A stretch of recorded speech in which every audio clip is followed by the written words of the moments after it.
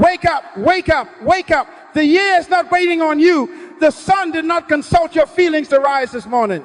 Heaven is moving, history is marching, and you cannot afford another day of pretending that busyness is a badge of honor. Hear me. Your busyness is not brilliance. Your overload is not obedience. It is often a confession spoken with your calendar that you have no governing plan for your life. Write this down. Busyness is the applause of a disordered soul. The apostle wrote, "Wake up, O sleeper, rise from the dead, and Christ will shine on you." Be very careful, then, how you live, not as unwise, but as wise, redeeming the time, because the days are evil. Therefore, do not be foolish, but understand what the will of the Lord is. Ephesians 5:14-17. Read that out loud. Go. God says, wake up, be careful, redeem the time, understand His will. That is not poetry. That is policy. That is heaven's management instruction for earth's minutes. Everybody say, redeem the time. Again, redeem the time. One more time with authority. Redeem the time. Let me settle the argument at the start. You are not busy, you are unprioritized. Activity is not accomplishment. Motion is not progress. Spinning is not moving. Write this down. An unplanned life must borrow the language of busyness to hide its lack of fruit. Show me your schedule and I will show you your submission. Your time always tells the truth about your priorities, not your mouth, not your intentions, your time.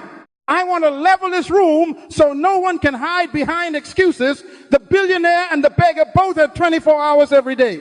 The old and the young, the professor and the dropout, the prime minister and the prisoner, the black, the white, the Indian, the Asian. Every morning heaven wires the same deposit to every human account. 24 hours. You don't need more time.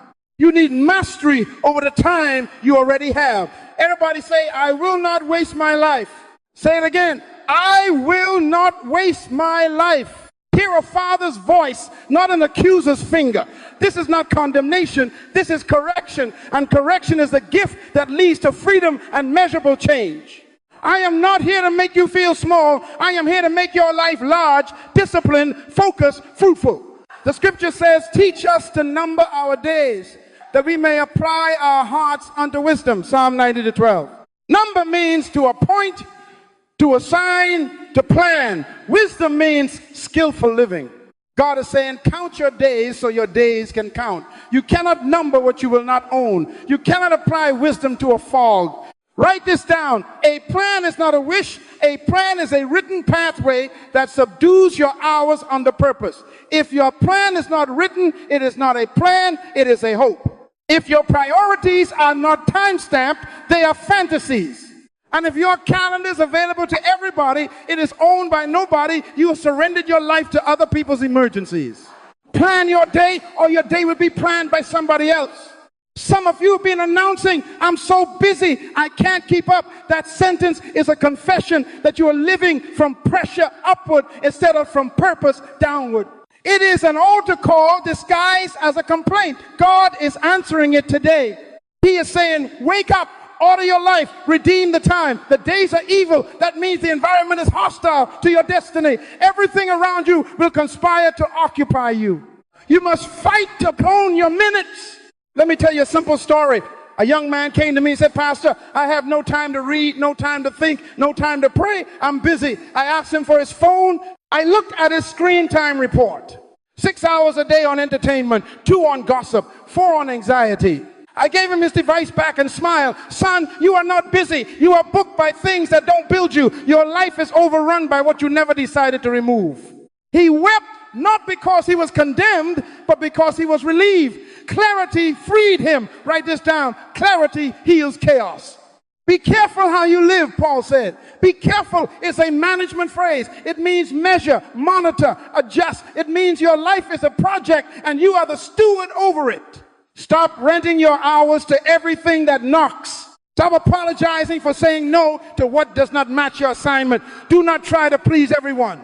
You cannot be everyone's fireman and still be God's builder. You will spend your strength putting out fires you did not start and ignore the foundation you were born to lay. Wake up. Be careful. Redeem the time. I am confronting you because I love you. I beg you, let this be the last year you boast about being busy and the first year you boast about being aligned. Let this be the last season you tolerate drift and the first season you demand destiny from your days. Everybody say, redeem the time. Everybody say, I will not waste my life. Say it like you mean it. I will not waste my life. So here is the brutal truth in one sentence. Write this down. Busyness is often proof that you are living without a plan, governed by priorities. But here's the beautiful truth beside it. The moment you embrace purpose and put it on paper, your life begins to quiet down and bear fruit. This message is your turning point. Not condemnation, correction. Not shame, structure. Not empty activity, ordered advancement. In the next moments, I will teach you how to reclaim your day. But first, receive this mandate. Wake up, be careful, redeem the time. Your hours are holy.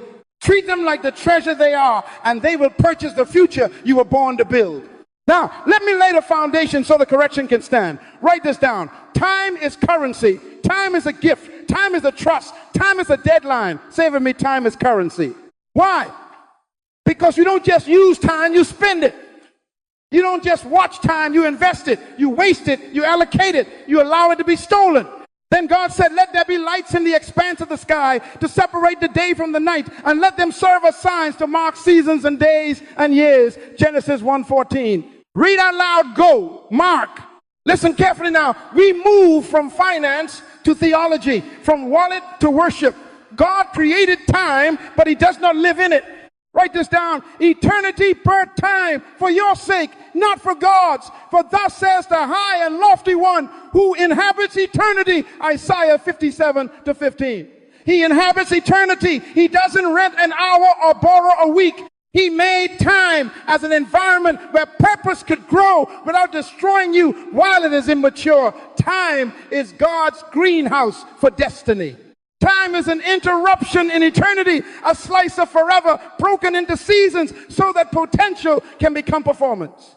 That is why Genesis 1:14 says, then God said, let there be lights in the expanse of the sky to separate the day from the night, and let them serve as signs to mark seasons and days and years. Genesis 1, now that you know what time is and why God gave it, let us look straight in the mirror and answer the ache you carry. Why do you feel behind?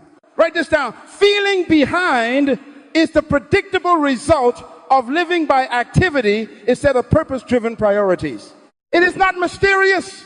It is mechanical. You are not cursed. You are crowded. You are not out of time. You are out of order. When your day is built by reaction, your soul ends in regret. When your minutes are rented to anything that knocks, your life will always be late to what matters most. Hear the apostle again. Be very careful then how you live, not as unwise, but as wise, redeeming the time. Ephesians 5:15-16. Redeem the time. Let me describe the modern trap so you can recognize its voice. You wake to an alarm, but the first sound you obey is not your assignment, it is your notifications. Dings become dictators. Buzzers become bosses. You scroll before you seek. You read the world before you read the word. And before your feet touch the floor, other people have named your emergencies. Your inbox is a suggestion box for other people's priorities. Your calendar is open like a storefront with no security gate. Random meetings, urgent pings, drive-by requests, all of them spending your life for you. Write this down. Reacting all day is agreeing to be managed by strangers. Wake up. Be careful. Redeem the time. You can be tired and still be empty. You can be occupied and still be unproductive. You can be accessible and still be unavailable to your destiny. You can be informed and still be ignorant of your assignment. You can be moving and still be nowhere. You can be connected and still be alone in your purpose. This is why your soul feels late. Because your energy is leaving, but your destiny is not arriving. Activity is extracting strength without delivering fruit. That is not because you're weak, it is because your work is ungoverned. Write this down. Unmanaged priorities masquerade as busyness. Jesus visited a home that looked like you're weak.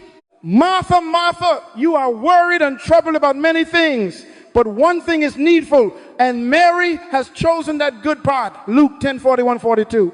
Read that out loud. Go. Many things, one thing, worried and troubled, chosen and seated. The Lord did not rebuke effort, he rebuked disorder. He did not condemn service, he corrected sequence. Martha was not sinful, she was misaligned. That is the difference between sweat and success in the kingdom.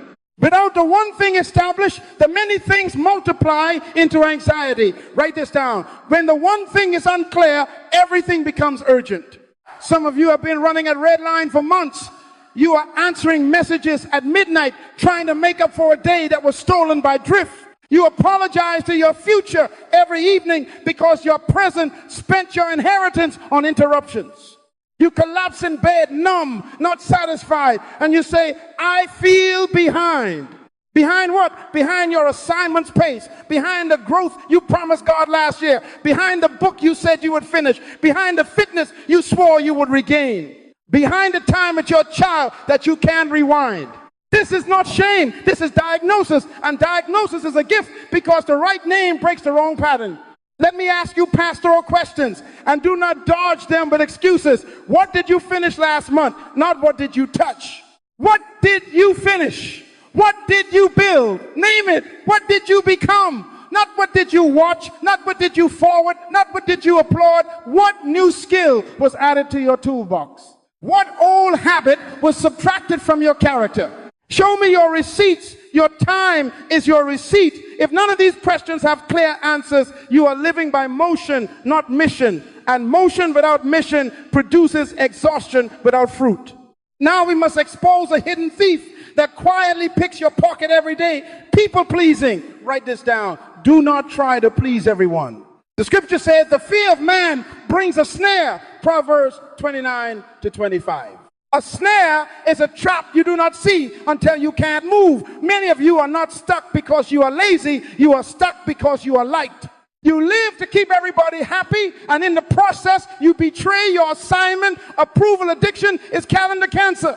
If you live by likes, you will die by dislikes. Paul asked the surgery question, am I now trying to win the approval of men or of God? If I was still trying to please men, I would not be a servant of Christ. Galatians 1:10. If you must choose your assignment. Your yes is expensive. Stop giving it out at a discount. Write this down. Your day becomes whatever your yes allows. If your yes is unmanaged, your day is unmanaged. You think you are being kind while you are actually being cruel to your future. You think you are being humble while you are actually being irresponsible with a holy trust. God gave you 24 hours and you handed them to whoever asks first. You keep answering, sure, I can jump on a quick call, and your destiny keeps whispering, we had an appointment. You were born to build, and you are burning time being everyone's on-call assistant. Plan your day, or your day will be planned by somebody else. Redeem the time. I met a brilliant woman on the edge of burnout. She had 3 calendars, one for work, one for church, and one for favors. Guess which calendar decided her week? The favors. She told me, Pastor, I feel like I am always catching up. I asked her for proof of progress, not proof of busyness. She showed me a diary full of meetings and a life empty of milestones. I took a pen and wrote across the top of her page in large letters, assignment. I said, from now on, every invitation must bow to this word. If it does not serve this, it will not be served by you. 3 months later, she returned lighter, clearer, not because she prayed more hours, but because she prayed first and then prioritized. She was not behind anymore. She was in line again. The psalmist gives us a sobering mirror. Show me, O Lord, my end and the measure of my days. Surely every man walks about like a phantom. Surely they busy themselves in vain. Psalm 39-4-6. Read out loud. Go. Busy themselves in vain. Vain means empty, vapor, smoke. It is possible to live full schedule, empty soul. It is possible to stack tasks and not build a life. That is why wisdom says, teach us to number our days, that we may apply our hearts unto wisdom. Psalm 90-12. Number means assign. Apply means enforce. You cannot apply what you will not assign. You cannot enforce what you never wrote. Write this down. Fatigue is not a prophecy. It is a report. It is telling you, I have worked hard at many things, but I have finished little of the one thing. Your body is paying interest on decisions your calendar made without your purpose. Your mind is overdrawn because your minutes were overspent. And your spirit is grieving because you keep postponing the appointment that grows you. I am not condemning you. I am calling you. Wake up. Be careful. Redeem the time. Let me give you signs that you are living by activity instead of priority so you can name the intruder at your door. You check your phone before you check in with God. You keep a running to-do list but no written outcomes. You say maybe the 15 invitations because you fear missing out and then resent all of them when the week arrives. You work late to make up for a day spent in reactive yeses. You cannot recall the last 2-hour block devoted to deep work on your assignment. You measure your value by response time instead of result delivered. Those are not quirks. They are casualties of a life led by notifications. Jesus modeled the opposite. He woke, withdrew, and aligned before he engaged. Crowd screamed, "Stay," but he said, "I must preach to the other towns also, for this is why I was sent." Luke 4:43, assignment over applause. Clarity over clamor, direction over demand. That is why he finished. He could say, "It is finished," because he did not let it be defined by everyone else. Write this down. You cannot finish what you did not first define, and you cannot define without priority. So hear a father's voice. You are not failing. You are unfocused. You are not behind because you are slow. You are behind because you are serving too many masters. No one can serve two masters. Jesus said, Matthew 6:24. You are trying to serve 20. Reduce your masters to one, your God-given purpose, and your days will begin to move. In a moment, I will give you a framework to put this in order. But for now, receive the truth that frees you from confusion. Busyness without priority is how good people end up late to their destiny. Repent of reaction. Renounce approval addiction. Retire from being everyone's emergency contact. And say with me, redeem the time. Redeem the time. This is the core revelation, the turning hinge of your entire year. Write this down. To redeem means to buy back, to own again, to repossess what slipped from your hand. In the Greek of Ephesians 5:16, the word is exagerazo, buy out of the marketplace, rescue from public auction. In the language of scripture, a redeemer is a goel, the kinsman who steps in, pays the price, and takes ownership again. Hear me, your day has been on the auction block. Your minutes have been standing in the marketplace with a price tag on their forehead. Distractions are bidding, demands are bidding, people's emergencies are bidding, fear and guilt are bidding. God is calling you to step forward, pay attention, and take them home. Own again your calendar. Repossess your mornings from chaos. Redeem the time. The apostle says, be careful then how you live. Redeeming the time. Ephesians 5:15-16. Read out loud. Go redeeming the time. That is not a metaphor. That is a management command. Write this down. Time left unmanaged is time left to be misused. If you do not design your day will be designed by other people's interests. If you do not claim your hours will file claims against you. If you do not document a plan, you will donate your life to distractions. Everybody say, document a plan. Say it again, document a plan. Now put your hand on your heart and declare, I will manage my minutes. Again, I will manage my minutes. One more time, with authority. I will manage my minutes. Redeem the time. Let me tell you the truth about your enemy. The devil does not have to destroy you if he can distract you. Write this down. Distraction is theft by small coins. Not one big robbery in the night, 10,000 little pickpockets in the day. 5 minutes here, 7 there, a quick scroll, a casual chat, a meeting with no agenda, a favor that is not your assignment. Pennies of attention falling through the hole in your pocket until you arrive at night bankrupt and you don't know why. You were not attacked, you were nickeled and dimed. The serpent did not shout, he whispered. He did not fight you, he fed you notifications. We are not ignorant of his devices. 2 Corinthians 2:11, devices, literal devices. Wake up, be careful, redeem the time. Nehemiah gives you the spirit of a redeemer. When invited to meetings designed to delay him, he sent this answer, I am doing a great work and I cannot come down. Why should the work cease while I leave it and go down to you? Nehemiah 9:10, Read that out loud. Go. I am doing a great work. That is the voice of a person who has repossessed his minutes. He did not hate people. He honored his assignment. Write this down. Redemption talks like this. No to what does not serve the great work. Yes to what advances the great work. Do not try to please everyone. A redeemer chooses their no in service of a bigger yes. Redeem the time. This is the plan by somebody else principle in simple language. Plan your day, or your day will be planned by somebody else. When Jesus' brothers tried to push him into a public schedule, he answered, my time is not yet come. For you, any time will do. John 7-6. Any time will do is the motto of an unredeemed calendar. My time is not yet is the confession of a redeemed one. Write this down. Redeemed time has seasons, reasons, and boundaries. Unredeemed time has impulses, excuses, and access. Which one sounds like you're weak? I met a young consultant who told me, Pastor, I'm just going with the flow. I said, son, the flow is going to a drain. Rivers reach oceans because they are channeled. Floods destroy cities because they have no banks. Write this down. Motivation is water, structures the riverbed. You do not need more hype. You need a system that channels your hours into outcomes. Redemption is not motivation. It is structure, priorities, boundaries, and discipline written on paper and enforced by decisions. Everybody say structure, say priorities, say boundaries, say discipline. Now put them together, redeem the time.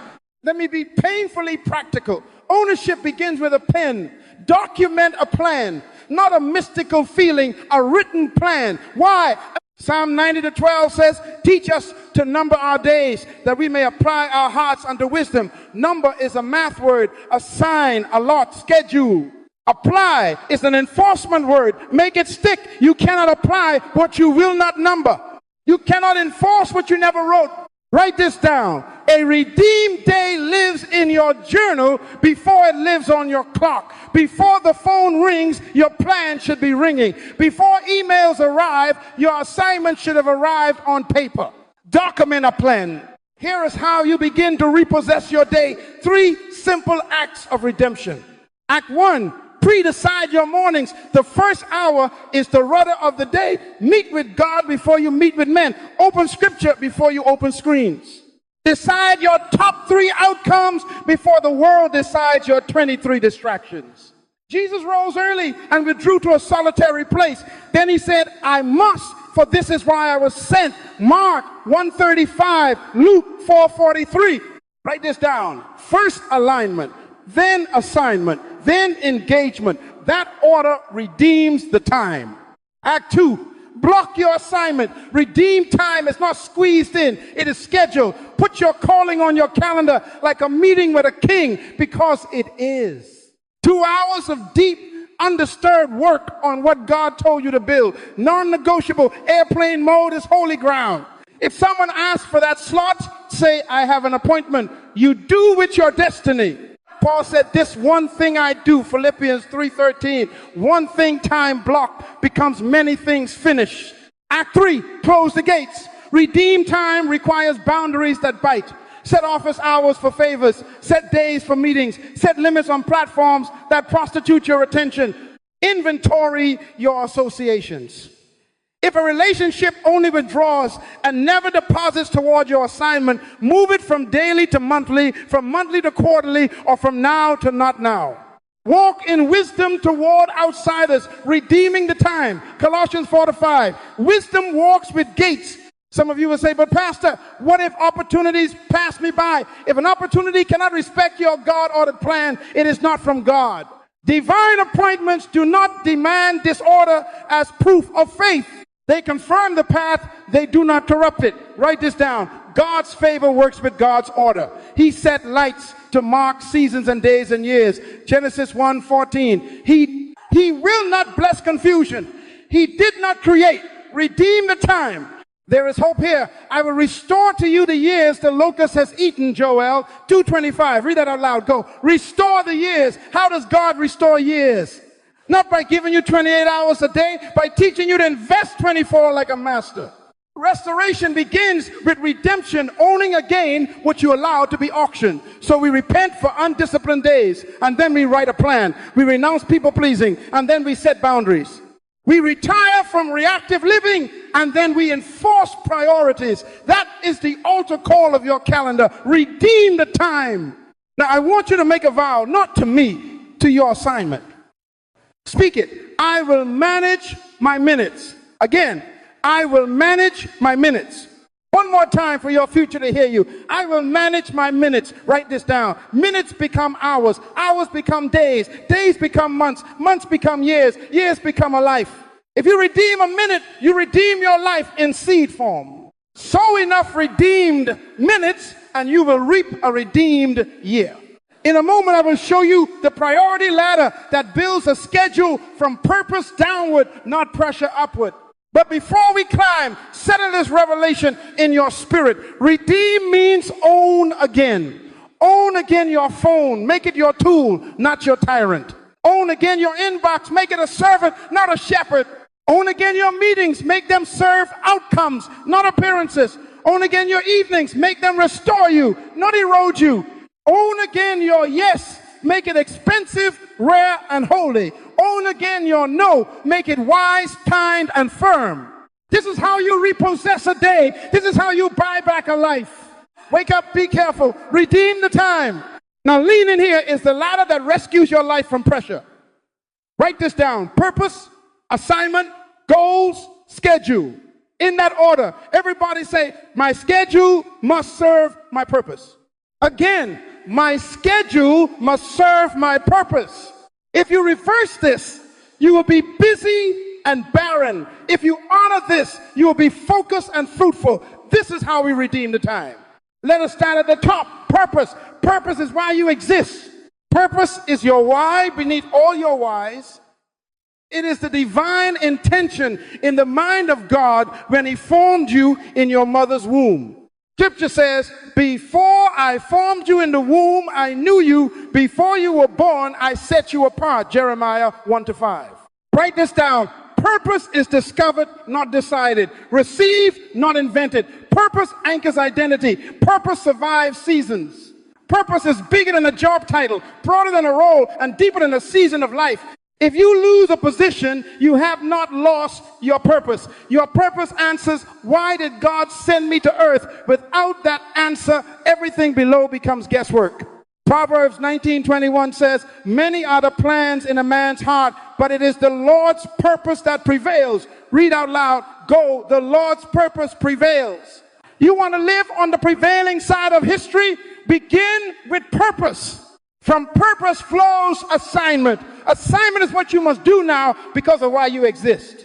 It is purpose expressed in a season. Write this down. Purpose is eternal. Assignments are seasonal. Jesus said, I must preach, for this is why I was sent. Luke 4:43. That must is the music of assignment. Assignments change by decade, by maturity, by place, but they always advance the same purpose. A mother's assignment in one season may be to nurture small children while building a curriculum for their growth. In another season, it may be mentoring mothers. A business leader's assignment this quarter may be to build the prototype. Next quarter, to secure distribution. If you confuse assignment with purpose, you will mourn when the season ends as if your reason died. It did not die, it graduated. Write this down. Your assignment is the current project of your purpose. Third on the ladder are goals. Goals are what you will finish to accomplish the assignment, not what you will try, what you will finish. Habakkuk 2:2 says, write the vision and make it plain, that he may run who reads it. Goals make vision runnable. Goals are specific, measurable, dated. They have receipts attached. Write a 40,000 word manuscript by September 30. Reduce body fat to 18% by December 1 with 3 strength sessions per week. Launch the course MVP to 50 beta users by June 15. That is a goal. Vague hopes produce vague days. Write this down. What is not written is not governed. What is not dated is not prioritized. What is not measurable is not manageable. Goals are the contracts your future makes with your present. Only after purpose, assignment, and goals do we descend to schedule. Schedule is when you will do the goals that finish the assignment that fulfills the purpose. Schedule is not decoration. Schedule is destiny in a calendar. Ecclesiastes 3:1 says, to everything there is a season and a time for every purpose under heaven. A time for every purpose. Read that out loud. Go, a time for every purpose.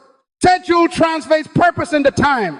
This is where you block hours, protect mornings, place deep work, and fence off recovery. This is where you say, Tuesday 9:11 a.m., chapter 3, Thursday 2:4 p.m., client acquisition calls, Saturday 7:9 a.m., long run. Schedule is where you decide in advance that the great work gets prime hours and minor work gets leftover minutes. Write this down. If it's not on your schedule, it's not your priority, it's just your fantasy. Now, let me confront the reversal that is stealing your year. Most people start at the bottom. They start with a schedule full of other people's meetings. Then they chase goals they saw on social media. Then they borrow assignments that do not belong to them because they envy someone else's lane, and by December, they cannot remember their purpose. That sequence looks like this: schedule, random goals, borrowed assignments, forgotten purpose. That sequence produces busyness, comparison, burnout, and regret. It is life from pressure upward. That is why you feel pulled, not led. That is why your yes is cheap. Write this down. Pressure builds from the bottom up. Wisdom builds from the top down. Redeem the time. I spoke to a young man named Jamal who said, Pastor, I'm exhausted. I asked for his ladder. He showed me a calendar filled to the brim. I said, where is your purpose on this page? He was silent. He had meetings for everything but meaning for nothing. So we flipped the ladder. We wrote his purpose statement in one sentence. I exist to teach truth and build leaders. We asked the assignment question, in this season, what is the must? He answered, complete my teacher certification and mentor 10 teens. Then we set 3 goals per assignment with dates. Only then did we block the calendar. We canceled 12 meetings and created 6 standing appointments with his destiny. 30 days later, exhaustion turned into momentum, not because his energy changed, but because his order changed. Write this down. Make destiny-based decisions. Every invitation, every email, every quick call must be judged by this courtroom. Does it advance my assignment? If not, it is not evil, it is unaligned, and unaligned is expensive. Jesus practiced this law. When crowds tried to decide his day, he replied with assignment language, I must, for this is why I was sent. That is not arrogance, that is stewardship. If the Son of God did not let popular demand set his schedule, why do you? Do not try to please everyone. Please your purpose, and you will serve more people over time because you will finish what feeds many rather than attend what flatters a few. Here is your simple filter, and I want you to memorize it. Everybody say, does this buy my future or rent my attention? Again, does this buy my future or rent my attention? Buying your future looks like assignments advanced, goals completed, skills acquired, assets created, relationships deepened that are mission critical. Renting your attention looks like endless threads, episodic outrage, reactive errands, meetings without agendas, favors that someone else can do, entertainment that erodes your prime hours. Write this down. Attention renters will always outbid your future unless you set a reserve price. Your reserve price is your written plan. If an invitation does not meet the price of alignment, it does not get your minutes. Let me give you a way to enforce this daily. Begin each week with a top-down review. Step 1, read your purpose statement out loud. This baptizes your mind. Step 2, name your active assignment for the next 90 days. Only one primary assignment at a time. Others can wait in the queue. Step 3, pick 3 weekly goals that move that assignment measurably, not 10. 3, step 4, schedule those goals into time blocks before anything else gets on the calendar. Non-negotiable, prime brain hours. Then and only then do you place supporting meetings, admin tasks, and other responsibilities around those blocks like stones around a pillar. This is Matthew 6:33, applied to calendars. Seek first the kingdom of God and his righteousness, and all these things will be added to you. Seek first does not mean seek only. It means seek in order. Order is the engine of addition. I can hear someone say, but my job is demanding. I am not dismissing your reality. I am delivering your remedy. Even within constraints, order is possible. Purpose clarifies which projects at work you will overinvest in because they build transferable mastery. Assignment decides which colleagues you will mentor because they multiply your purpose through others. Goals define the outcomes your boss can measure so you gain leverage. Schedule gives you 2 early mornings a week before the office opens when your mind is fresh and your craft is honed. Do not tell me you have no time. Tell me you have no ladder. Build a ladder and climb out of excuses. Redeem the time. Write this down. The ladder protects you from counterfeit urgency. Not everything that screams is strategic. Mark 1:35-38 shows Jesus leaving a breakout revival to go to other towns. The disciples said, everyone is looking for you. He answered with assignment, not applause. When your ladder is in place, you can leave. Everyone is looking for you to obey. This is why I was sent. That is how you finish the right thing instead of everything. Now, let me speak to your heart as a father. Some of you think structure will suffocate your creativity. The opposite is true. Banks do not kill a river, they give it power. When your schedule is harnessed by purpose, your creativity flows in a channel that moves cities. Psalm 39 warned us that people busy themselves in vain. We will not be those people. We will be Ephesians 5 people, careful how we live, redeeming the time. How? With a ladder in our hands and a plan on our page. Take your pen and write this confession. My schedule serves my goals. My goals serve my assignment. My assignment serves my purpose. My purpose serves my king. Read it out loud. Go again. One more time of conviction.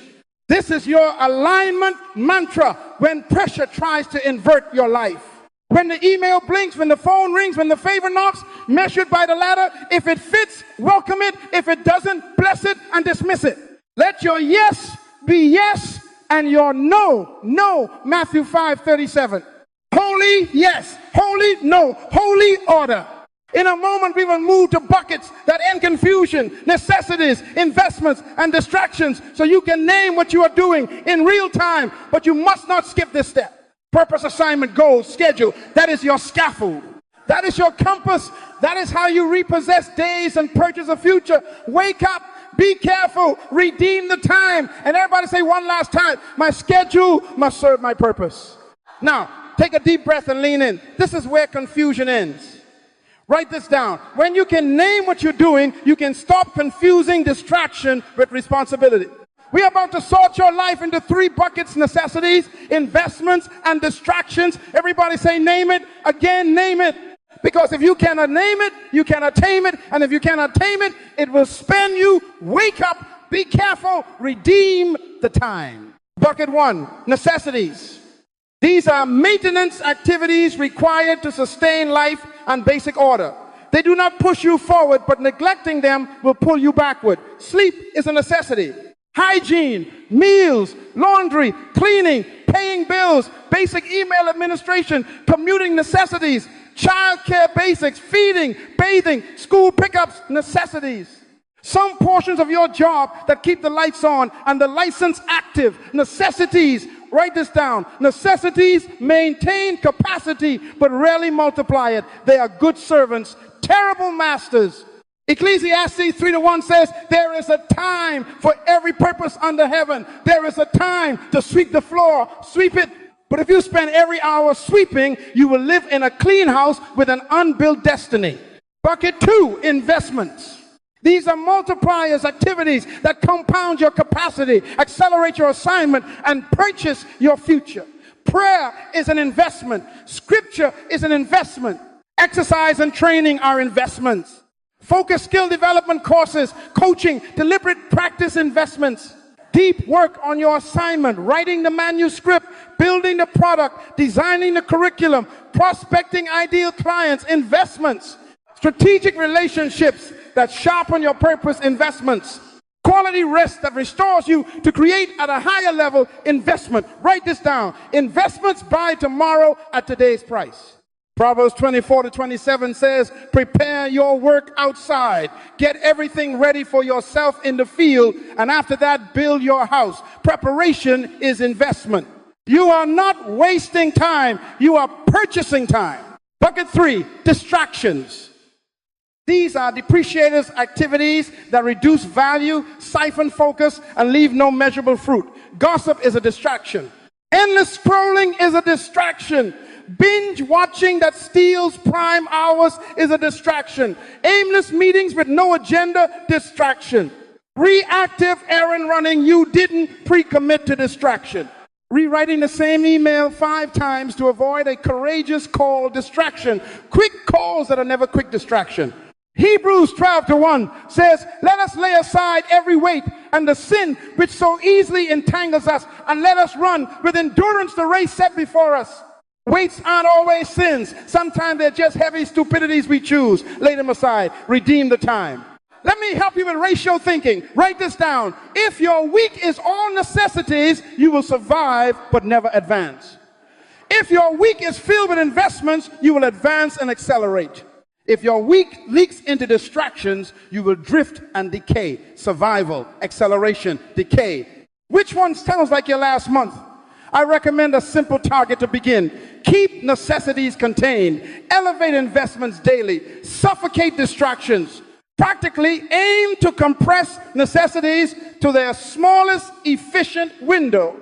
Elevate investments to a non-negotiable block every day and starve distractions until they gasp. You won't reach perfection, but trajectory is king. Increase investment hours and decrease distraction minutes. That curve will change your year. Now, here is where many get tricked. Hidden distractions masquerading as responsibilities. Write this down. Urgency is not authority. It's urgent. It's the calling card of thieves. Luke 10 says Martha was distracted with much serving. And Jesus answered, Martha, Martha, you are worried and troubled about many things, but one thing is needed. Mary has chosen the better part, Luke 10:40-42. Serving is good, but when serving sabotages the one thing, it becomes a distraction dressed in religious clothing. Your inbox will send you Marthas all day. Can you jump on a call? We need you in this meeting. It will only take 5 minutes. 5 minutes is never 5 minutes. It is a toll booth at the bridge to your destiny. Do not try to please everyone. Please your assignment. Redeem the time. Write this down. Upgrade necessities. Isolate investments and eliminate distractions. How do you upgrade necessities? You compress and stack them without reducing quality. Meal prep once to free 5 scattered hours. Batch emails twice daily instead of 21 checks. Convert your commute into a university audio, scripture, language learning, leadership lectures. That turns commute from pure necessity into hybrid investment. How do you isolate investments? You schedule them in prime brain hours with gates around them, no notifications, no drop-ins, no social browsing. That preserves their multiplicative power. How do you eliminate distractions? You pre-decide no. You turn off non-essential notifications. You set platform timers. You decline meetings without agendas. You replace call me anytime with office hours. That is not rudeness. That is stewardship. Now let's audit. Right now, do a 60-second mental review of your last 24 hours. Label every hour with N, I, or D, necessity, investment, distraction. Be honest. That Netflix episode at midnight, D. The run at 6 a.m., I. The commute, N, with a chance to be I if you were learning. The 2-hour meeting with no decisions, D. The focused proposal that will win revenue, I. The time you wasted arguing online, D. The 30 minutes in prayer, I. The dishes, N. Get a rough percentage. What portion went to necessities? What portion to investments? What portion to distractions? Read out loud, go, what gets measured gets managed. If investments were under 20%, that is the reason you feel behind. If distractions were over 15%, that is the leak sinking your boat. If necessities were bloated, we must compress and automate. Some of you will ask, but isn't sleep an investment? Foundation of sleep is a necessity. It maintains basic function. But training your sleep consistent rhythm, Pre-bed ritual to deepen recovery turns the margin into investment because it increases cognitive horsepower. Eating is a necessity. Nutrition aimed at energy and focus becomes investment. Entertainment can refresh or erode. If it restores you to create at a higher level tomorrow, that is investment-grade recreation.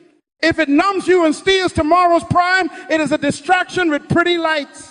Write this down. Judge an activity not by how it feels in the moment, but by what it funds in the morning. Let's get specific with examples so your brain can sort in real time. Necessities: 8 hours of sleep, shower and dress, breakfast, school run, commute, pay the utility bill, weekly grocery run, base admin at work, responding to necessary compliance emails. Investments: 30 minutes of scripture and prayer, 90 minutes of deep work on the book, a 45-minute strength session, 1 hour skill development, outreach to 5 dream clients, a mentoring lunch with a destiny-aligned partner, Sabbath rest that refuels drafting the course outline. Distractions: scrolling through strangers' lives, debating politics with anonymous avatars, quick coffee with a friend who trashes your vision, meetings with no outcomes, compulsive inbox refreshing, binge watching during your best hours, saying yes to a committee that has nothing to do with your assignment. First bucket maintains, second bucket multiplies, third bucket mutilates. Redeem the time. Now, give yourself a simple daily rule of life. Write this down. 1 major investment before noon. 1 minor investment before bed. Before noon, complete an outcome that moves your assignment. A finished page, a closed sale, a trained body. Before bed, complete a small investment. 15 minutes of reading, 10 minutes of reflection, a sharpened plan for tomorrow. Stack these victories day after day. Small investments compound into large outcomes. Ecclesiastes 11:6 says, in the morning sow your seed, and at evening let not your hands be idle. Morning seed, evening seed. That is a biblical investment rhythm. I can hear the pushback, but people need me. People do need you, but they need the you that is fruitful, not the you that is frayed. Proverbs 11:25 says, he who waters will himself be watered. If you pour out your investments into distractions, you will have nothing left to water anyone.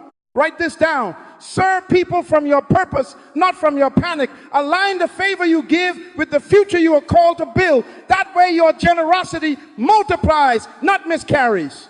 Set weekly targets to institutionalize this. Decide in advance. This week I will log 15 investment hours on my assignment, 4 investment hours on health, and 5 investment hours on spiritual formation. Number those hours, schedule them, and guard them. Let your necessities fill their containers. Let distractions fight for scraps and then starve them. All things are lawful, Paul says, but not all things are beneficial. 1 Corinthians 10:23. Beneficial means it buys your future. Lawful but not beneficial means it rents your attention and evicts your destiny. Finally, train your mouth to be your manager. Everybody say, name the bucket. When a text comes, name it. When a meeting invite arrives, name it. When a thought tempts you, name it. If it is a distraction, dismiss it kindly. Not now. If it is a necessity, contain it. Tuesday at 4. If it is an investment, prioritize it. Prime hours, protect it. The moment you name it, you take back authority. Adam's first act of dominion was to name things. When you name your time, you exercise dominion again. Genesis 2:19 shows man partnering with God by naming creation. Today, you partner with God by naming your minutes. Wake up, be careful, redeem the time, because the next step is heavy but holy. You must protect these buckets from people. We will inventory associations and practice a holy no, so other people do not spend your life for you. But first, settle this in your spirit. I will no longer confuse distraction with responsibility. I will no longer drown in necessities and call it humility. I will elevate investments daily and call it worship. Say it out loud, go. I will redeem the time. Again, one more time for the next 12 months to hear you. Now sharpen your pencil. We're about to put a gate on your calendar and a sword in your mouth. Do not try to please everyone. Please your purpose. And the word you are assigned to will thank you when your fruit arrives. Open your hands and hear me like a father. Your time is your life measured in minutes. Write this down. Anybody abusing your time is abusing your life. Paul says, be very careful then how you live, not as unwise, but as wise, redeeming the time. Ephesians 5:15-16. Redeem the time. To redeem means to own again, to repossess. If you don't guard your calendar, other people will spend your life for you. Wake up, wake up, wake up. Be careful. Redeem the time. Now, boundaries are not meanness. Boundaries are stewardship. Jesus loved everybody, but he did not give everybody the same access. He fed the multitudes. He trained the 70. He invested deeply in the 12. He confided in the 3. And he often withdrew to lonely places to pray. Luke 5:16. Write this down. Love is universal. Access is earned by alignment. If the Son of God managed access, what about you? Let us inventory your associations. Proverbs 13:20 says, he that walks with wise men shall be wise, but a companion of fools shall be destroyed. Read out loud. Go walk with the wise. 1 Corinthians 15:33 adds, do not be deceived. Bad company corrupts good morals. People do not just influence your values, they invoice your minutes. Here is your audit, and I want you to list names in each category today. First, sharpeners. These are people who call out your purpose, respect your priorities, and multiply your focus. Iron sharpens iron, so one person sharpens another. Proverbs 27:17. When you leave them, you think clearer and work cleaner. Protect proximity to sharpeners. Second, drainers. These are people who consume your energy, despise your boundaries, and never arrive at solutions. They do not come to drink wisdom, they come to drink you. Every conversation is a crisis they refuse to solve, a favor they refuse to return, a drama they refuse to end. You don't hate them, but you must not hand them your destiny. Third, neutrals. These are not enemies and not mentors. They are acquaintances, good people, pleasant company, but unmanaged. They bleed away hours through casual invites, endless quick chats, and unpunctuated threads. Write this down. Unmanaged neutral becomes accidental distraction. Neutral must be scheduled, not surrendered to. Ask 3 questions of every association. Do they honor my assignment? Do they multiply my discipline? Do they respect my no? If the answer is no twice, adjust access, not rejection, repositioning. Nehemiah said to those tugging at his day, I am doing a great work and cannot come down. Nehemiah 6:3, that is your holy sentence. I know you're hard, but pastor, I want to help everybody. So did Jesus, and yet he told his brothers, my time has not yet come. John 7:6. He walked away from crowds to stay with his assignment. Mark 1:38. Giving time without discretion is not love, it is lack of wisdom. Write this down. Compassion without boundaries breeds resentment. Compassion with boundaries breeds fruit. Do not cast your pearls before swine. Matthew 7:6. Pearls are your minutes. Swine are those who trample priorities and then demand more. Give wisely, or your generosity will miscarry. So let me put a sword in your mouth, holy scripts, to protect your calendar without guilt. Say them out loud with me. Practice makes power. Number 1, the holy. No, thank you for thinking of me. I won't be able to take this on. My current assignment requires focus blocks. Wishing you success, clear, final, kind, no apology for existing. Number 2, the deferral. I am at capacity until date. If it is still relevant, then email me 2 weeks prior with an agenda and outcome, and I will revisit. This turns their urgency into your schedule, not your schedule into their urgency. Number 3, the boundary gate. I do not do ad hoc calls. If you send your 3 most important questions by email, I will reply during office hours on Friday. You just converted a drain into a container. Number 4, the agenda rule. Happy to consider a meeting. Please send a 1-page agenda with the desired decision. If we can decide by email, let's do that. If they cannot state an outcome, it is not a meeting, it is a meandering. Number 5, the alternative in alignment. I can't meet one-to-one, but you can join my open Q&A on Tuesday at 5 p.m. You protect prime hours and still serve at scale. Number 6, the referral. This is not in my assignment. Name is excellent in this area. You are not the Messiah. You are a steward. Refer and release. Write this down. You need 3 doors on your calendar. Yes, no, not now. Yes is for alignment with your assignment. No is for distraction, even if it flatters you. Not now is for good things that belong to a later season. Your mouth is your gate. Use it. Now, let's talk systems, because you must protect your priority from people's patterns. Practical steps. Establish office hours. Post them. Honor them. That outside of those windows, your phone is on. Do not disturb. Emergencies have a protocol, not a back door. Even Jesus slept in a storm. Not every wave is your assignment. Create a VIP list for notifications, spouse, children, covenant partners, mission-critical clients. Everyone else waits. Teach us to number our days, that we may apply our hearts unto wisdom. Psalm 90:12. Numbering days includes numbering dings. Require agendas for meetings, time box them, and end them on time. If no agenda arrives 24 hours prior, the meeting is canceled. Stewardship is not rudeness. Batch access, Q&A hour weekly, open office bi-weekly, group coaching monthly, so you multiply help without dividing destiny. Use a scheduling link with preset blocks for non-core items. Don't let people pick prime brain hours. Give them the borders of your day, not the center. Auto reply on channels you do not monitor daily. I check this inbox Tuesday and Friday. If urgent, contact assistant or protocol. For requests, include agenda template. You just taught people how to treat your time. Write this down. Do not try to please everyone. Please your purpose. Galatians 1:10 asks, am I now seeking the approval of man or of God? If I was still trying to please man, I would not be a servant of Christ. People pleasing is disobedience in a tuxedo. You cannot be called and be crowded. You cannot be assigned and be available to everybody. Your anointing needs air. Your assignment needs solitude. Your fruit needs fences.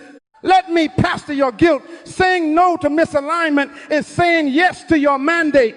Saying no to noise is saying yes to nations you will serve through finished work. When Martha pulled Jesus into her urgency, he said Mary had chosen the better part. Luke 10:42. Choose the better part. Choose the focus portion. Choose the holy no. Now take a pen and do a relational inventory. Write this down.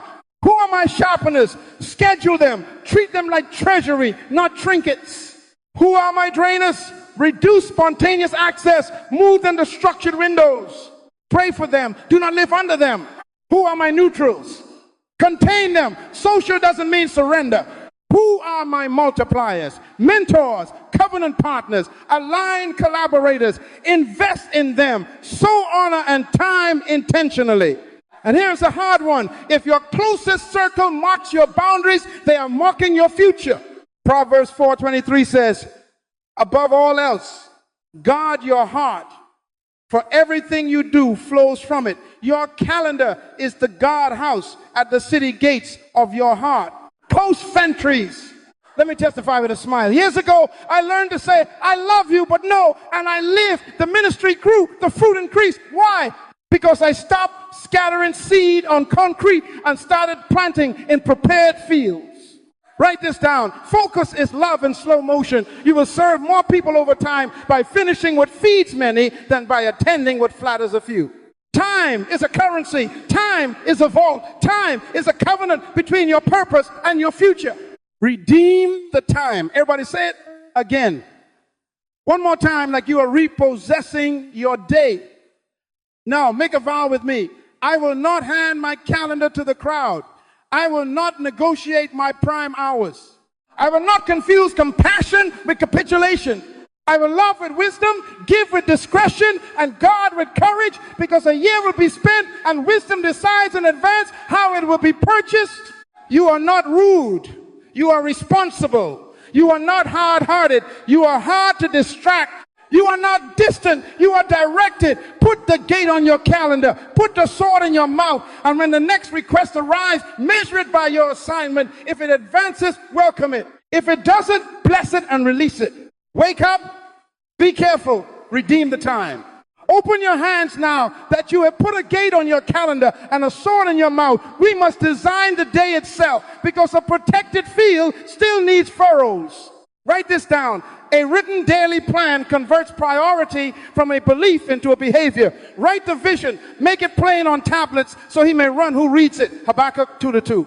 Plans are meant to be read and run daily. And hear me, planning is not a corporate trick.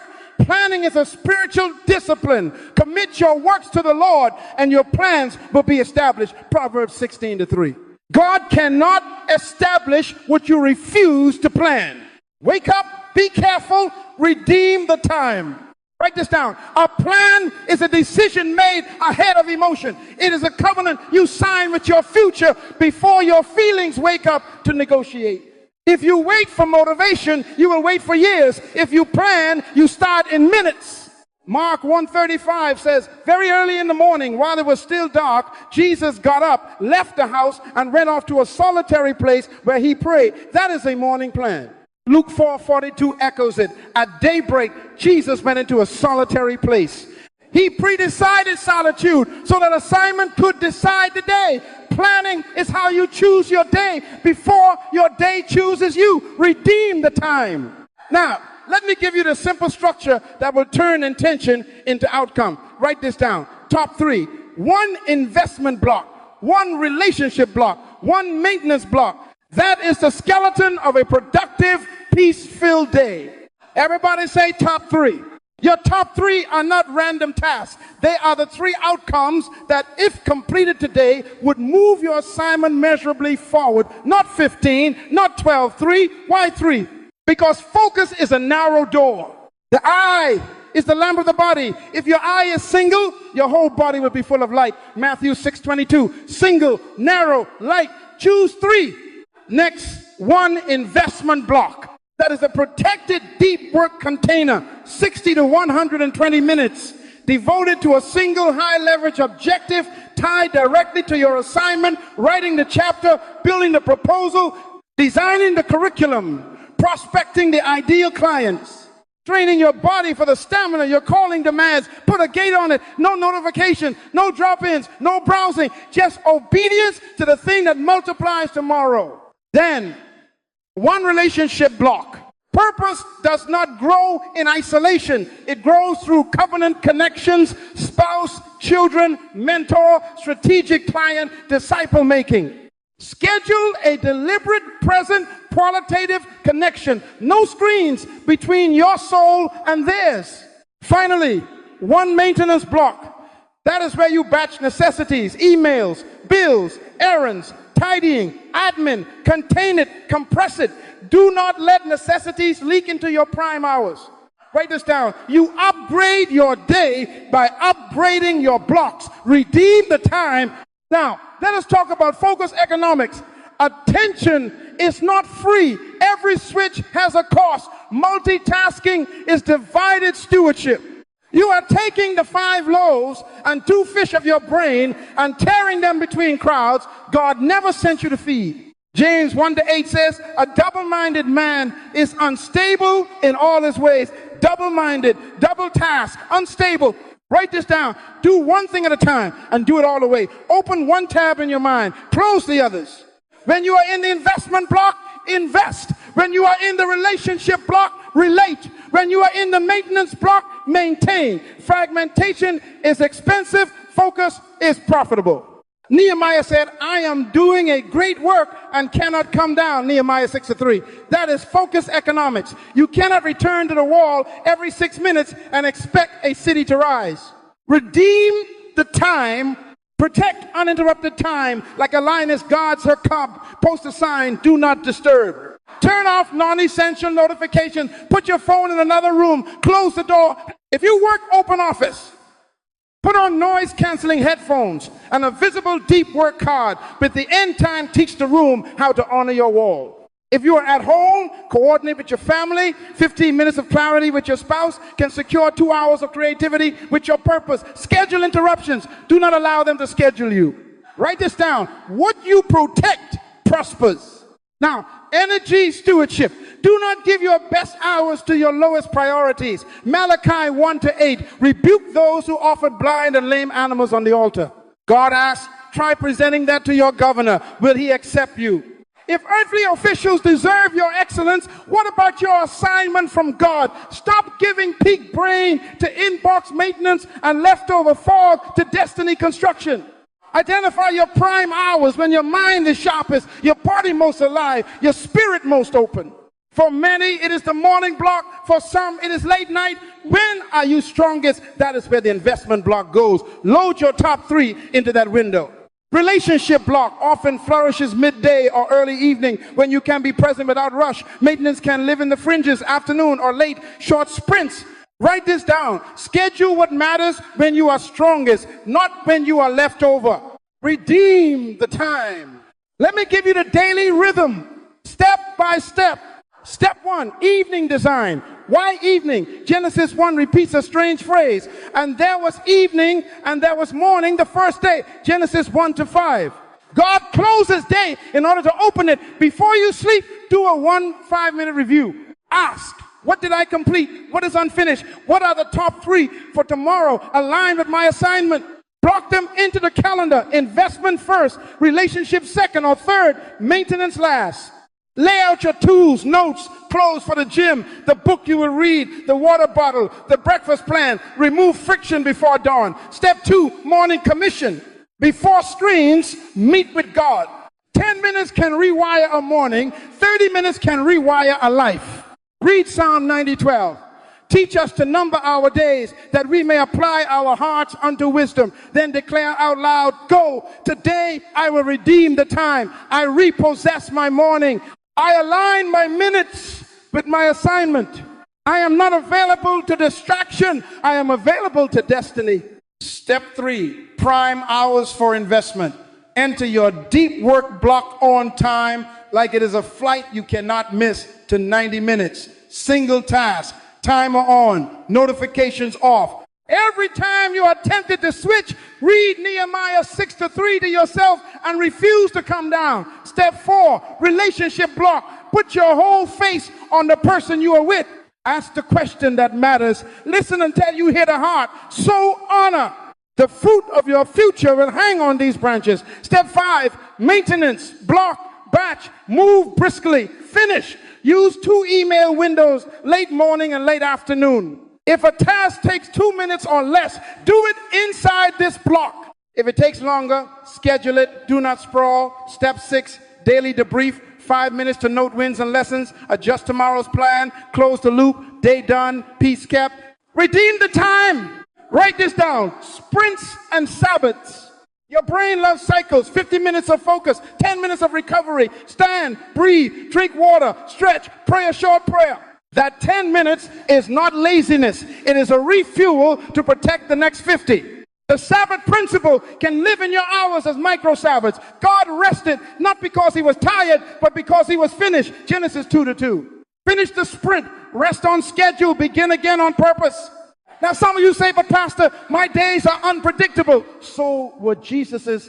Crowds press, need, scream, yet he planned solitude. He moved from town to town by assignment, not by applause. Mark 1:38. Unpredictable does not mean unplanned. It means you plan anchors, not chains. Your top 3 and your blocks are anchors. If a true emergency hits, you shift the anchor. The day is not lost. It is rearranged. Write this down. Flexible plan. Fixed priorities. Emergencies are rare. Urgencies are many. Discern the difference. Redeem the time. Let me show you a model Monday. You wake at 6. Commission your heart in scripture and prayer till 6:30. Move your body till 7. At 7:45, after breakfast and prep, you go into investment block 8, 9:30. Write chapter 3, section 2. Phone in another room. 9:30, 9:40, micro Sabbath, walk, water, breathe. 9, 40, 10 to 10 email window. 25 minutes, batch, 5 minutes, schedule follow-ups. 10, 15, 11, 45. Investment block 2, if your assignment requires it. Or top 3, task 2, prospect 5 dream clients. Noon relationship block, lunch with your spouse or call your mentor with 3 prepared questions. 1:32:30 maintenance bills. Admin, quick errands. 3-4, top 3, task 3, prepare tomorrow's client session. 4-4-10, micro Sabbath. 4-10, 4-2-30, email window 2. 5:30 onward family, worship, replenish, light planning. At 9:15, debrief, sleep. That is not bondage, that is freedom with borders. Peace lives in borders. Write this down. Your calendar is your confession. If your plan is blank, your priorities are a rumor. If your plan is written, your priorities have a voice. Ephesians 5:15-16 commands, be very careful then how you live, not as unwise, but as wise, redeeming the time, because the days are evil. Evil days will not hand you focus. You must confiscate it.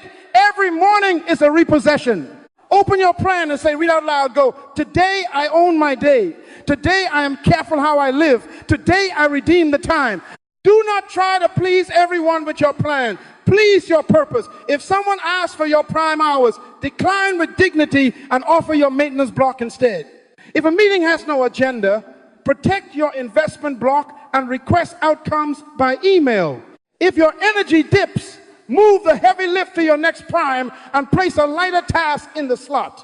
Steward energy like currency. High return work gets high octane hours. Low return work gets leftovers. Write this down. Match the fuel to the flight. Finally, give yourself 7 days to prove this. For 1 week, every evening, design. Tomorrow, every morning, commission your heart. Every day, hit the top 3, guard the investment block, show up to the relationship block, contain the maintenance block, and debrief at week's end. Read the receipt of your time. You will see pages written, calls made, strength gained, hearts nourished, and noise constrained. That is what redeeming time looks like. Priority turned into pattern, belief turned into behavior, purpose put on your calendar and protected by your mouth. Wake up, wake up, wake up. Be careful how you live. Put ink on your intentions. Plan your day, or your day will be planned by somebody else. And when tomorrow dawns, say it again with me. Redeem the time. Then run the plan you wrote with God the night before. Because a year will be spent, and wisdom decides in advance what it will purchase, one day at a time, designed on purpose. Lift your eye from the day and look at the year. Fix your gaze on a date 12 months from now. See it, name it. That day is moving toward you like a train you cannot stop. What are you going to do with the next 12 months? Read out loud, go. What am I going to buy with the next 12 months? Because time is a currency. Time must be spent. Time purchases your future. And the receipt will be your life. Be very careful then how you live, not as unwise, but as wise, redeeming the time. Ephesians 5:15-16. Redeem the time. Write this down. A year will be spent. Wisdom decides in advance what it will purchase. You cannot save a year in a bank. You can only budget it into destiny or bleed it into distraction.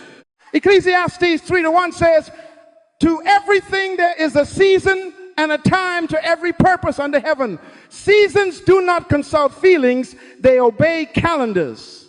Genesis 1:14 declares God set lights to mark seasons and days and years. Years are markers, and when the bell rings on this one, it will be finished. It will be gone. You will never see it again. So I ask you like a father and a coach, what will be written on your receipt by this date next year? Let me train your tongue. Outcome language is not I'll try, not maybe, not we'll see. That is the language of drift. Drift has invoices. Drift charges interest. Drift makes you pay in regret. The language of stewardship is I will finish, I will build, I will become by the grace of God. Habakkuk 2:2 commands, write the vision, make it plain on tablets so he may run who reads it. Plain means measurable. Run means schedule. So you will write outcomes you can count, milestones you can calendar, and blocks you can protect. Redeem the time. Here is the simple 1-2 month map, and you will do it today. First, choose 3 outcomes for the year, no more. Why 3? Because focus is a narrow gate. Jesus said the eye must be single for the body to be full of light. Matthew 6:22, single eye, clear year. So outcome 1 must be tied directly to your assignment, your primary work in this season. Outcome 2 must strengthen your capacity, health, skill, or system that multiplies your assignment. Outcome 3 must be relational, fruit, marriage, family, discipleship, or strategic partnership. Write them with outcome language and a date. Example, by November 30, I will finish and publish my book. By September 15, I will reduce body fat to 18% and complete a 10K. By December 10, I will lead a small group for 30 weeks with 10 consistent disciples. Not I will think about, not I will explore, I will finish, I will build, I will become. Second, for each outcome, set 3 milestones, 1 per quarter. Luke 14:28 asks, which of you intending to build a tower does not first sit down and count the cost? Counting the cost means slicing the year into measurable checkpoints. For the book Milestone 1 by March 31, outline complete and first 3 chapters drafted. Milestone 2 by June 30, manuscript first draft complete. Milestone 3 by September 30, editing finished and launch plan secured. For the body, Milestone 1 by March 31, lose 10 pounds and run 3K nonstop. Milestone 2 by June 30, lose another 8 pounds and run 5K. Milestone 3 by September 15, reach target metrics and complete 10K race. For discipleship, Milestone 1 by March 31, curriculum designed and core team recruited. Milestone 2 by June 30, 12 sessions delivered with 8 consistent attendees. Milestone 3 by September 30, 24 sessions delivered, 2 apprentices raised. Each milestone has a date, a deliverable, and a celebration. Why celebration? Because God rested not from exhaustion, but from completion. Genesis 2:2. You must mark finishes so your soul believes you can finish again. Third, assign your weekly time blocks to purchase these outcomes. This is where yesterday's daily discipline meets this year's destiny. The future is bought in boring, beautiful blocks. Outcome 1 gets prime. Investment blocks 3 to 5 sessions per week, 90 minutes each at your strongest hour. Monday, Wednesday, Friday, 8, 9, 30 a.m. Locked phone in another room.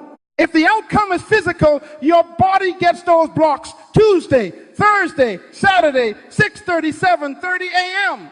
Under the sky, shoes by the door. Outcome 3 gets a weekly relationship block Thursday, 6, 7:30 p.m. Small group Sunday afternoon, mentoring call Wednesday, breakfast with spouse on the calendar like a covenant. Then wrap each week with a maintenance block to prep tools, meals, readings. Saturday, 10, 11 a.m. You are not hoping, you are allocating. You are not wishing, you are buying. Time is the currency. Blocks are the bills in your hand. Redeem the time. Now hear the cost of not doing this. If you do not write 3 outcomes today, you will wake up 12 months from now in the same chair, saying the same sentences with a lighter bank account and a heavier heart. Activity will have eaten your destiny and spit out exhaustion. The calendar will have moved, your life will not. I beg you, let this be the last year you waste. Teach us to number our days that we may apply our hearts unto wisdom. Psalm 90:12. Numbering days without applying wisdom is arithmetic without transformation. Apply wisdom now. Decide what the next 12 months will purchase. You say, Pastor, what if I miss a week? You are not marrying perfection. You are committing to direction. A missed week is not a canceled year. We adjust and continue. That is why you have milestones every quarter, the checkpoints that pull you back on course. At the end of each month, take 30 minutes to review. What did I buy with my time? Which outcome did it move? Where did drift creep in? Then reassign blocks. Remember Nehemiah, I am doing a great work and cannot come down. Nehemiah 6:3. Every review is you refusing to come down. Let me show you how this feels on paper. It is January 2. You sit with God and write outcome 1 by November 30. I will finish and publish my book. Milestones. March 31 outline and 3 chapters. June 31st draft. September 30 edited and launch plan. Blocks MWF 8, 9, 30 writing. Tuesday 4:30 research notes. Friday 4:35 outreach to beta readers. Outcome 2 by September 15. I will run a 10K and reach 18% body fat. Milestones March 31 3K. June 35K. September 15 10K. Blocks SAT 6:30 7:30 training. Sunday meal prep 4:5. Wednesday 7 7:20 mobility. Outcome, 3 by December 10. I will lead a 3-0-week small group with 10 consistent disciples. Milestones, March 31 curriculum and core, June 30 12 weeks delivered, September 30 24 weeks delivered, and 2 apprentices active. Trucks, Thursday 6-7:30 group, Monday 7-7:30 prayer and plan, Friday 12-12:30 connect with 1 member. This is not fantasy, this is a purchase order. When the enemy and the crowd send invoices to your day, you hold up this order and say, funds are allocated. Do not try to please everyone with this plan. Please your purpose. Galatians 1:10 still stings. If you live to please people, you cannot serve Christ. Some will not understand your blocks. That is fine. They are not responsible for your outcomes. You are. And the one who gave you time will ask what you bought with it. The billionaire and the beggar both get 8,760 hours this year. The difference will not be the gift, it will be the plan. Redeem the time. Now, I am going to ask for a holy courage public commitment. Write your 3 outcomes right now. Put them where your eyes fight. Your excuses, bathroom, mirror, refrigerator, door, phone, lock, screen. Then choose one of the 3 and share it publicly. Tell your spouse, text your mentor, post it in the comments for accountability. Why? Because secrecy protects procrastination. Visibility pressures performance. Proverbs 27-17, iron sharpens iron. Let the community sharpen your calendar. Wake up, wake up, wake up. The clock is not your enemy. It is your coach. It shouts truth. Time is moving. You cannot stop hours, but you can assign them. You cannot control the length of the year, but you can control the purchase it makes. So lift your voice with me and seal it right out loud. Go. By this date next year, I will have finished what I was assigned. I will buy outcomes, not excuses. I will allocate blocks to destiny. I will redeem the time. Now put ink on your intentions, dates on your desires, and borders around your blocks.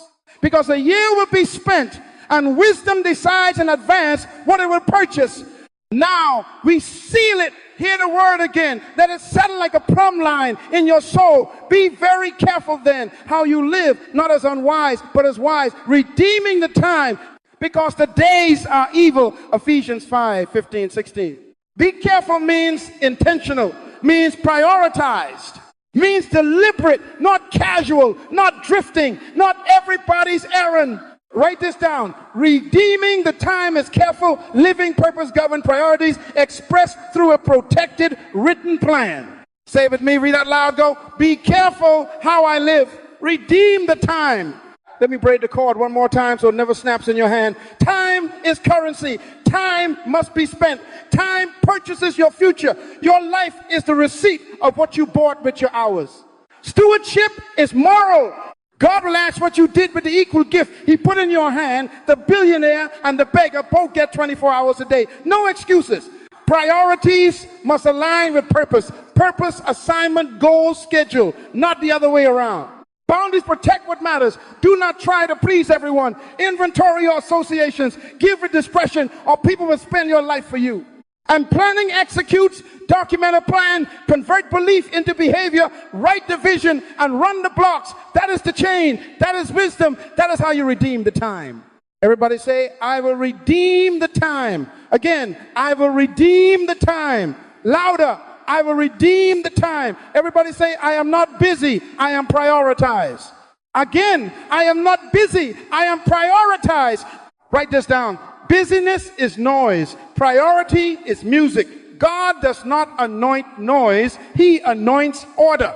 Genesis 1 shows a God who moves from evening to morning with intentional sequence, light, sky, land, life. He did not rush. He ruled the day. You will not rush your way to destiny. You will rule your way there by schedule. Some of you are still tender from yesterday's waste. Good. Let conviction become construction.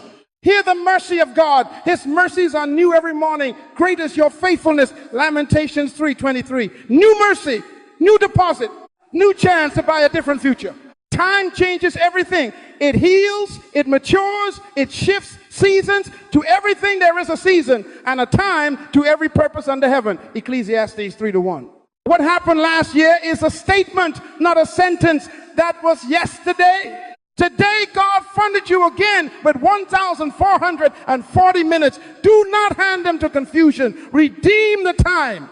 Wake up, wake up, wake up. The clock is not your enemy. It is your coach. It tells the truth. Hours move whether you move or not. So be careful how you live.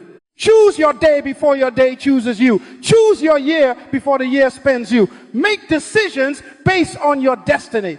If an invitation does not advance your assignment, it is not an opportunity, it is a theft. Nehemiah said, I am doing a great work and cannot come down. Nehemiah 6:3. That is not arrogance, that is stewardship. Everybody say, I cannot come down.